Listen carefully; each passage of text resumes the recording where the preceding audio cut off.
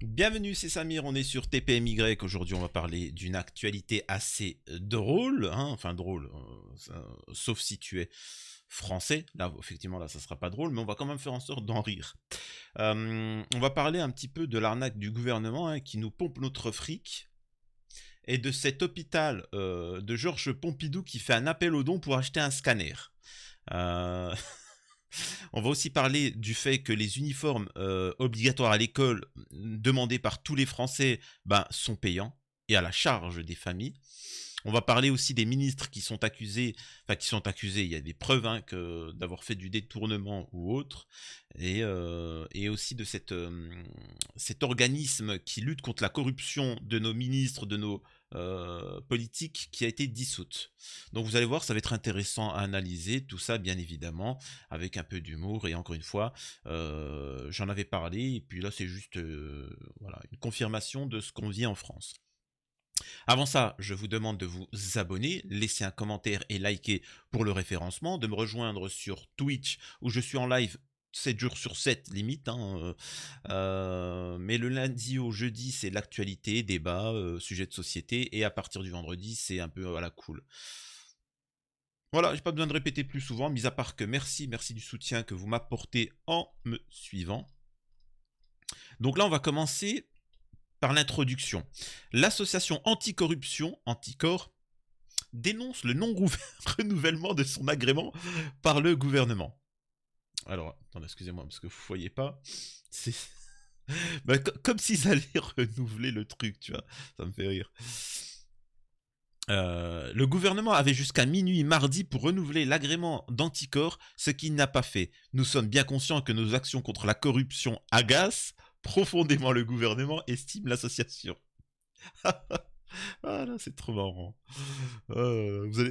Et avec l'histoire de l'hôpital, et alors, t'as certainement ceux qui, tu sais, t'as ceux de l'association de l'hôpital. Ah, Samir TPMY, ils souhaitent que la France se développe, que les hôpitaux, machin. Crever la bouche ouverte, rien à foutre. On n'a pas oublié, parce qu'ils ont claqué tout l'argent en mettant des vigiles pour voir s'il y avait le pass sanitaire ou pas. Les mecs, ils ont claqué plusieurs centaines de millions par mois pour le pass sanitaire, pour empêcher les malades d'entrer à l'hôpital. Et maintenant, ça fait des appels aux dons pour acheter des scanners. Jamais. Pas un centime. Mais bon, excusez-moi, là je m'emporte, je vais trop loin dans le truc.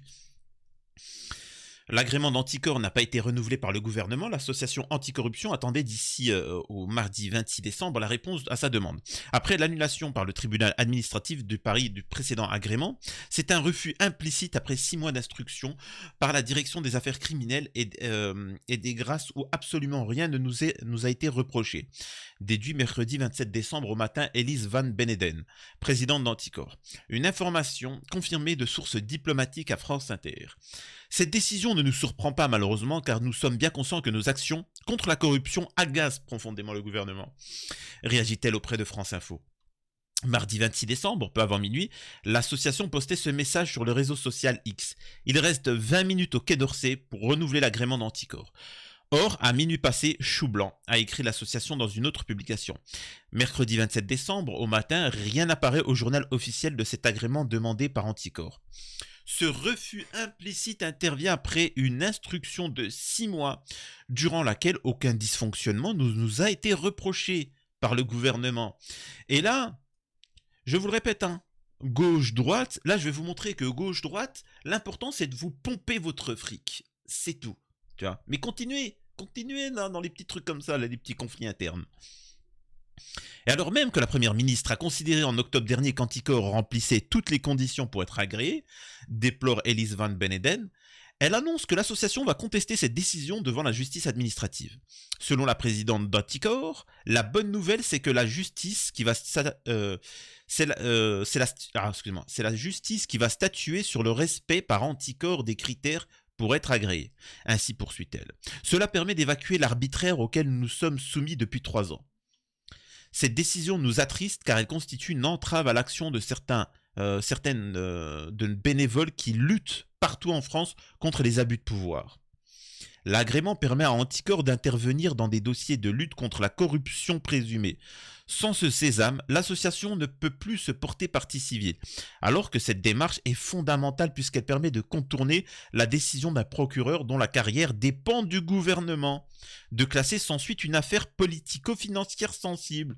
Tu vois, blablabla. En résumé, ce qu'elle est en train de dire, c'est que cette association permet de lutter contre les trafiquants, ministres, politiques, enfin aide, hein, parce que c'est toujours compliqué, mais disons que c'est un moyen de lutter contre la corruption de nos ministres, hein, de nos politiques, de nos maires, de nos machins, etc.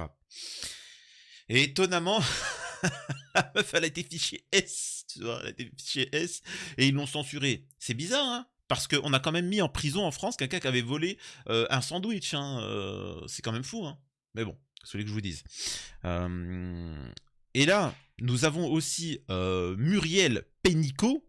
Muriel Pénicaud, alors je vais pas vous lire tout l'article, hein, vraiment, je vais juste y revenir vite fait. L'ancienne ministre du Travail a assuré samedi n'avoir rien à se reprocher après la révélation par Le Monde de sa mise en examen dans l'enquête sur des soupçons de favoritisme envers l'agence Havas, organisatrice d'une soirée en 2016 à Las Vegas où Emmanuel Macron avait rencontré des entrepreneurs français. Donc encore une fois, il y a du favoritisme, ils s'arrangent entre eux avec leurs fonctions politiques. Nous avons aussi ce petit point, et vous comprenez pourquoi ça a été bloqué, cette association. Champagne et montres de luxe, les cadeaux non déclarés de l'industrie pharmaceutique à la nouvelle ministre de la Santé. D'après nos informations, Agnès Firmin, le Bodo, nommée mercredi après la démission d'Aurélien Rousseau, est visée par une enquête sur les cadeaux de la multinationale Urgo. En tant que pharmacienne, elle est soupçonnée d'avoir reçu de 2015 à 2020 pour 20 000 euros de bouteilles de champagne montres de luxe. Encore un beau symbole pour la République exemplaire d'Emmanuel Macron. C'est juste magnifique. Mais ils ont raison. Ils ont raison. Regardez ces cons d'agriculteurs là. De toute façon, il n'y en a plus hein, d'agriculteurs en France. Pendant 40 ans, ils étaient occupés du hijab. Le mec, il était dans sa campagne, il n'a jamais vu un hijab de sa vie, il pensait qu'au hijab. Et maintenant, les Français, en fait, je vous explique, leur obsession, c'est la abaya. Tu vois, une robe, hein. Je précise, abaya, robe, c'est le robe. Ils veulent pas voir de femmes en robe à l'école. D'accord, c'est particulier, je veux bien, je le conçois. Et par contre, ils viennent pleurer. Et les agriculteurs, d'ailleurs, il n'y en a plus, hein, ils se sont fait défoncer. Et maintenant, on voit qu'il n'y a plus d'argent en France, qu'on empêche de lutter contre la corruption de nos têtes pensantes, de nos élites. Hein, et voilà, et parce qu'ils se font acheter, ils se font tous acheter, ils ont tous des... Qu'est-ce que je voulais que je vous dise? Et on en arrive à un point où... Et là, c'est marrant. Flash, l'hôpital européen Georges Pompidou à Paris, l'un des plus importants établissements publics de santé en France, lance une campagne de collecte de fonds aujourd'hui pour l'acquisition d'un nouveau scanner. Alors, il y a plusieurs choses à dire là-dessus. Commencer par récupérer l'arnaque de la taxe carbone, tu vois, plus de 10 milliards. Croyez-moi que là, en fait, oui, là tu peux t'offrir le scanner, mais tu peux t'offrir 100 scanners. Certains vont me dire, ah ben t'es sûr, avec 10 milliards. Alors je t'explique, tu peux t'offrir 100 scanners et les hôpitaux qui vont avec. Hein. Tu fais 100 hôpitaux avec des scanners, tu vois. Avec 10 milliards, t'inquiète pas, t'as de quoi faire. Pose la question, pourquoi on n'essaie pas, pourquoi on ne lutte pas contre la taxe carbone? Qui, comment, pourquoi? On les invite à TPMP, ça s'amuse. C'est bizarre ça. Pourquoi vous continuez à voter à gauche à droite? Vous voyez pas qu'on vous pompe votre fric? Non, parce qu'en fait, Zemmour, il va me sauver la vie. Sauce 2022. Ou Mélenchon. Mec, toi qui me regarde, là, je parle pas. Parce que moi, j'ai une audience, hormis 2-3 Billy qui viennent et qui font chier. Dis-moi, c'est qui a rempli ton frigo? C'est qui, toi, qui est encore en train de voter comme un con? Qui a rempli ton frigo? Qui nourrit tes gosses? Qui a fait en sorte de te payer ton tâche? Qui a fait ça? C'est la gauche, la droite, ou toi qui as travaillé, ou toi qui a cotisé, qui a travaillé, qui a fait ça? C'est qui, dis-moi? Ou ta famille? C'est qui? Arrêtez de voter pour des partis, c'est de la merde, c'est de la merde. Et voilà, alors, l'hôpital Georges Pompidou qui sont en train de regarder mes vidéos, vas-y, envoie, ouais, dénonce les mecs. Fermez-la, pas un centime, parce qu'ils ont claqué des millions pour le pass sanitaire. Ils ont claqué des dizaines, des centaines de millions pour mettre des vigiles dans les hôpitaux. Je m'en rappelle, oh moi j'ai eu un accident de voiture, urgence vitale, machin, j'étais vraiment, j'étais tout fracassé, hein, jambes, pouces, épaules, tout la totalité, nez cassé, machin, etc. Bref, fracture, machin, le sang, partout. Hein. Donc t'es, c'est en mode urgence, tu vois, ils me mettent, bon allez j'étais sous morphine, hein, ils me mettaient pour un IRM en urgence, le chirurgien il arrive, tu vois, en urgence il vient parce que c'était le soir. Et là t'avais des infirmières. Putain. Bon moi j'étais un peu stone, tu vois, j'avais encore mal mais j'étais stone, tu vois, on me disait allez bon le chirurgien. Elles étaient là mais on fait comment? On peut pas. Elle était avec sa petite truc là pour faire le nez là pour le test machin. Et puis mon nez, bon, il était dans l'incapacité totale de quoi que ce soit. Il était pas fonctionnel du tout. C'était rempli de sang, etc. Elle était en panique. Mais comment on fait? Est-ce qu'on on le perd? Oh putain. Le chirurgien il est arrivé. Oh, vas-y, discutez pas, ramenez-le. Puis ils sont passés endormis. Hop, c'est bon. Et dans ma tête, je me disais, mais ils sont sérieux? Ils sont complètement tarés. Et ils croient qu'on va leur donner 1 euro. Fallait pas payer des vigiles. Fallait pas payer des vigiles, des dizaines. Vraiment, alors, c'est à peu près 100 millions par mois dans les hôpitaux pour machin. Eh ben, bien fait pour votre gueule. Laissons-les crever. Ouais, mais bon, c'est nous aussi qui sommes impactés. Non, c'est fini. Nous aussi, c'est pas grave. C'est pas grave. Ils nous font la misère. Ben maintenant, ça se retourne contre eux. Ben tant pis. On va les laisser crever eux aussi. Et je rappelle que de base, c'est interdit, ça ce n'est pas normal. Vous savez, c'est comme dans certains pays. Il y a ce qu'on appelle tu marchandes. Tu vas dans les marchés, dans les souks, les trucs comme ça, et tu marchandes le prix. Tac, tac, tac, tac. Mais ça, c'est valable que dans certains endroits. Tu as certains attardés d'une certaine communauté. Et en France, ils essayent d'appliquer ça. Que quand ils voient des gens de leur communauté d'ailleurs. Mais ils essayent de négocier les prix. Mais ce n'est pas... Quand tu vas dans certains pays et que tu peux négocier, c'est que le prix n'est pas affiché. En France, le prix est affiché. Il est en fonction de la TVA, de la taxe, du loyer, de tout ça. Donc c'est le prix normal. Moi, il n'y a pas de souci. Si dans France, quelqu'un vous dit oui, j'aimerais négocier le prix, tu dis il n'y a pas de souci. Par contre, moi, j'efface ce prix-là. Et je vais augmenter le prix. Ok, par exemple, je dis une bêtise, mais ce téléphone, il coûte 10 balles. Et lui dit, j'aimerais marchander. Ok, d'accord, 2000 euros. Mais il était affiché à 10 euros. Oui, mais ça, c'est sans négociation. Tu négocies. Ben, moi aussi, je négocie. 2000 euros. Ah, ouais. Espèce d'abruti, va. Le mec, il essaie de négocier alors qu'il n'y a pas de raison de négocier. Et donc, en fait, ce que je veux vous signifier par là, c'est que en France, on paye. On est le pays où on est le plus taxé au monde. On est cotisé avec la sécurité sociale, avec nos impôts, avec la TVA. Depuis que t'es petit, t'achètes une boule de chewing-gum, 20% de la boule de chewing-gum, t'as payé pour tes impôts, pour ta retraite, pour tout ça. Et donc, on a cotisé. Il est où cet argent? Il va où cet argent? Il y a des déserts médicaux partout. Il va où cet argent? Vous posez la question. La formation des médecins? Non. Non, les médecins, la majeure partie des médecins en France sont d'origine algérienne. Quand je dis sont d'origine algérienne, attention, hein, je parle pas de ceux qui sont nés en France. Énormément de médecins sont nés en France, mais d'origine algérienne, etc. Mais moi, je te parle de qui viennent d'Algérie, qui sont du pays. Hein, ils sont pas nés en France, ils connaissent rien de la France, et on les a fait venir pour être médecins dans les hôpitaux, etc. Souvent, eux, ils sont dans les hôpitaux. Mais bon, on les fait venir parce que ça nous permet, pour ceux qui se posent la question, je sais qu'il y en a qui sont tombés sur Karim Zeribi qui avait dit que la moitié des médecins dans les hôpitaux sont d'origine algérienne. Tu vois. Et donc, si on les fait tous remigrer, on est dans la merde. C'est un fait. C'est un fait, n'en déplaise aux droits tardis. Mais la question qu'il faut se poser, c'est pourquoi? Est-ce qu'on a que des abrutis en France? Non, on a des gens compétents. C'est juste qu'il y a eu on a empêché les Français de devenir des médecins. Il y a deux raisons, mais c'est essentiellement pour faire des économies.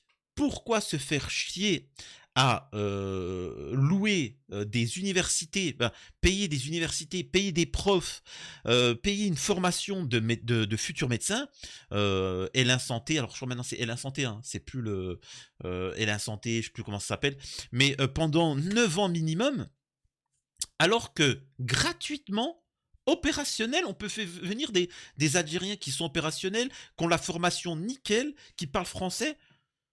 Donc vous comprenez, l'État il se dit quoi? Mais non, on va interdire les Français de devenir médecins avec un truc très dur, un concours très dur de première année, et ça limite, hein, c'est juste ça, c'est juste pour faire des économies. Et c'est pour ça que tu as des déserts médicaux actuellement en France.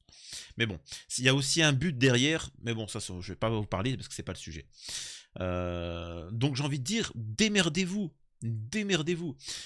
Et là, j'en viens aussi à un autre point pour les Français, pour ceux qui étaient pour l'uniforme scolaire en France. Oui, parce qu'en fait, en fait, il faut savoir qu'en France, les gens pensent qu'avec l'uniforme scolaire, les élèves ne seront plus des délinquants, ne feront plus de bêtises, seront tous intelligents, que la France va être la première puissance économique mondiale, qu'il n'y aura plus d'actes terreaux, il n'y aura plus de pédos, il n'y aura plus de criminels, il n'y aura plus rien. Tu te dis, ah ouais, d'accord. Ah, ça part vraiment de loin. Ah, les Français partent vraiment, vraiment de loin. Ah, les pauvres. Et donc, moi, personnellement, je suis pour l'uniforme. Hein. N'en déplaise à certains, je suis pour l'uniforme. Mais pour certaines raisons, pas pour les raisons invoquées. Non, ça ne va pas faire augmenter le PIB de la France. Non, ça ne va pas... Tous les arguments qui mentionnent pour l'uniforme, c'est fake. Et je vous avais toujours dit que le système était libéral. Il n'est pas de gauche, de droite, pro-immigration, anti-immigration. Il est libéral et le libéralisme est pour l'immigration. Et c'est pour ça que toutes les lois qui vont passer de droite, de gauche, d'extrême droite, etc., ce sera pro-immigration. Bref. Et donc, pour le libéralisme, il faut que ça soit du full capitaliste. C'est-à-dire que si tu as les moyens, tu payes. Si tu n'as pas les moyens, tu dégages. Donc, l'école, il faut plus que ça soit gratuit ou accessible. Il faut que ça soit pour les élites. La police, pareil. La police, là, on ne leur donne pas de moyens jusqu'à que ça va s'effondrer, jusqu'à que des gens qui veulent une sécurité, eh ben, on paye leur propre agence de sécurité, leur propre police, et donc eux seront protégés et pas le peuple, tu vois. Et écoutez ce qu'il dit. Si un jour on décide que l'uniforme devient obligatoire pour tout le monde, et peut-être que c'est ce qu'on décidera si jamais on voit que c'est utile dans le test, à ce moment-là, les familles devront participer à payer l'uniforme. Donc voilà, ça sera la charge des parents. Bon courage. Alors, j'aimerais savoir tous les parents là qui étaient là en mode ouais, l'uniforme, tout ça. Les mecs qui pensaient avoir un vêtement gratuit pour leurs enfants. Tiens, allez, 200 balles. Et oh, attention, c'est pas le plus drôle. 200 €. C'est trop marrant. 200 € pour un t-shirt, c'est pas une blague, hein. Un t-shirt, une pull et 2 pantalons. Ah putain, c'est pas beau ça. Oh là là. 2 pulls, en résumé 2 pulls, 2 pantalons pour 200 €. 50 balles. Le truc fabriqué sur Wish, le truc tout pourri qui va gratter. Et voilà. Mais par contre, les baskets, chacun pourra continuer à avoir leur basket. Chacun pourra avoir un manteau. Chacun pourra avoir des trucs comme ça. Donc en fait, c'est juste pathétique. Voilà ce qu'est la France. Voilà où on en est quand vous tombez dans des querelles intestines et quand vous ne vous écoutez pas vous. Soyez solidaires, appelez à pouvoir voter, c'est-à-dire des référendums, et là vous arriverez vraiment à changer les choses. Ils tapent tous dans la caisse, vos hommes politiques. Tous. Et c'est pour ça qu'ils veulent que le système continue. Et ils ne sont pas bêtes, ils savent très bien qu'il y a des gens au bout d'un moment qui vont voir le poteau rose et qui vont se révolter. Et c'est pour ça qu'ils ont fabriqué les extrêmes, l'extrême gauche, l'extrême droite, pour vous récupérer. Le but final et que vous ne pétiez pas les plombs et que vous ne dites pas, allez, tout ça à la poubelle, on recommence à zéro. C'est ça le délire. Certains me disent, oui, mais je vote pour qui? Mais t'es pas obligé de voter, Billy. T'es pas obligé. Tu peux changer complètement les règles. Quand quelqu'un y triche devant toi à un jeu, tu n'es pas obligé de jouer ou trouver une astuce pour lutter contre sa triche. Non, tu peux juste te lever, te dire, écoute, tu triches, je n'ai plus à jouer avec toi. Et tu te barres. Et si demain tout le monde faisait ça, cet homme-là, qui triche en jouant, il n'aurait plus personne avec qui jouer et tricher. Et ça s'effondrerait de lui-même. C'est ça que je suis en train de vous dire. Dites-moi ce que vous en pensez. Si le fait de porter l'uniforme pour vos enfants, vous étiez pour et maintenant vous êtes contre, dites-moi, c'est intéressant à savoir. À la prochaine, c'était Samir TPMY.